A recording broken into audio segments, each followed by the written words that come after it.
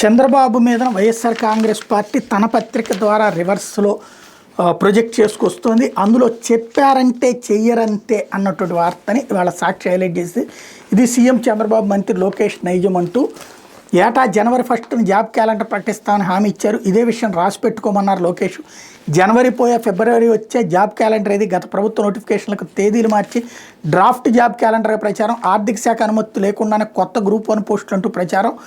ఇది తమను మోసం చేయడమేనని చెప్పి నిరుద్యోగుల ఆగ్రహం. అప్పులు చేసి కొందరు చిరుద్యోగాలకు సెలవుపెట్టి మరికొందరు సతమతం. శిక్షణ కొనసాగించాలో ఆపేలో తెలియక ఆందోళన చెందుతున్నారన్నటువంటి వార్తని హైలైట్ చేశారు. వాస్తవానికి గతంలో జాబ్ క్యాలెండర్ జనవరి మొదటి వారంలో ఇస్తానని చెప్పినటువంటి జగన్మోహన్ రెడ్డి మాట తప్పింది, మడమ తెప్పింది ఆ విషయంలోనే. అదే సందర్భంలో మొదట్లోనే సచివాలయ ఉద్యోగాలు చేసుకొచ్చారు. వాలంటీర్లకు సంబంధించిన ఉపాధి అనాలి, వాళ్ళది ఉద్యోగం అనడానికి వెళ్ళలేదు, అది చేసుకొచ్చారు. ఆ తర్వాత చూస్తే డిఎస్సి కావచ్చు, పోలీసులు ఉద్యోగాలు కావచ్చు, అలాగే పబ్లిక్ సర్వీస్ కమిషన్ ఉద్యోగాలు కావచ్చు, ఇవన్నీ పక్కన పెట్టేశారు. చివరిలో చేసే ప్రయత్నం చేయడం, అది కాస్త రచ్చరచ్చ నడవడం జరిగింది. అప్పుడు ఫెయిల్యూర్స్ని వైఎస్ఆర్ కాంగ్రెస్ పార్టీని నిలదీసింది తెలుగుదేశం. ఇప్పుడు తెలుగుదేశం పార్టీకి సంబంధించి నిలదీస్తోంది వైసీపీ.